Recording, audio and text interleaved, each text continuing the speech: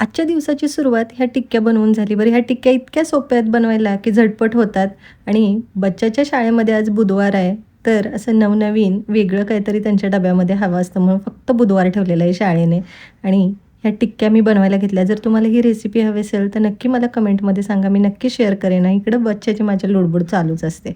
इकडे टिक्क्या तर तयार झाल्या. एकदम खरपूस अशा होतात आणि छानही होतात. म्हटलं आता डब्बा पॅक करून घ्यावा आणि त्याची आवराआवर करावी.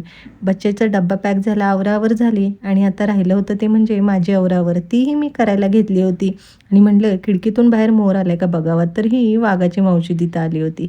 आवराआवर तर झाली. बच्चूला म्हटलं, "चल आता बाबा निघूयात." तर त्याचा हा असा वेळात वेळ असा होऊनच जातो. आमच्या दोघांचं हे असंच चालू असतं.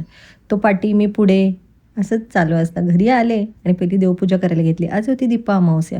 त्याच्यामुळे म्हटलं देवपूजा पटकन आटपून घ्यावं आणि चहाचा एक घोट घ्यावा. चहा घेत-घेत म्हटलं आता नाश्त्याची पण तयारी करा. आज नाश्त्यामध्ये शिळ्या भाकरीचे तुकडे होते. कारण रात्री भाकरी खूप उरली होती. म्हटलं वाया जाण्यापेक्षा खाल्लेलं बरं.